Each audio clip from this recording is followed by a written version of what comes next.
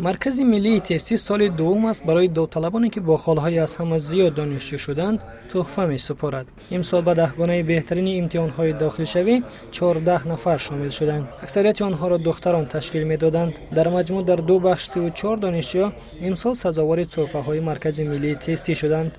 زرشده ایمرالی اون از سال قبل با گرفتن 491 امتیاز دانشجوی دانشگاه طبی تاجیکستان در رشته کار طبابتی شد. هر یک داوطلب به خودآموزی مشغول شد و از شرایط‌هایی که برای مراقبت مرکز ملی تستی و اساسگذار صلح و وحدت ملی فراهم آوردن ما استفاده بریم، دانش آموزیم و میتوانیم داخل شویم. این نوبت چاره‌بینی مذکور در دانشگاه طبی تاجیکستان به نام ابوعلی ابن سینا برگزار شد. در آن دانشجویان و آموزگاران این دانشگاه نیز شرکت ورزیدند. قسم زیادی دانشجویان دهگانه بهترین خواننده های امروزه همین درگاه بودند. بیشتر داوطلبانی که در مراسم امروزه قدردانی گردیدند با دانشگاه دولتی طبی تاجیکستان به نام ابوعلی ابن سینا داخل شدم و از این شماره، یعنی از شماره به دانشگاه مذکور داخل شدم، اکثریتشان با اختصاصی کاری طبابتی داخل گردیدند.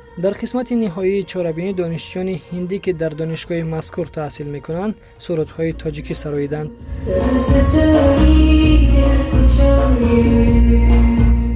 مقصد برگزاری چنین یک چاره‌بینی تحریک دادن داوطلب یا خود دانشجو شونده ها به دانش آموزی است. به دهگانه بهترین و تمام نفرانی که بالهای زیاد را صاحب شدند پلانشت، کتاب تاجیکان اکادمیک باباجان غفوروف، سرتیفیکات برای خرید اشیاءهای خانش از شرکت سیاما و سیم کارت های نقره‌گین از شرکت تیسل تحفه نمودند. امامعلی سعیدزاد، بحرالدین دولتов، آزیا پلюс.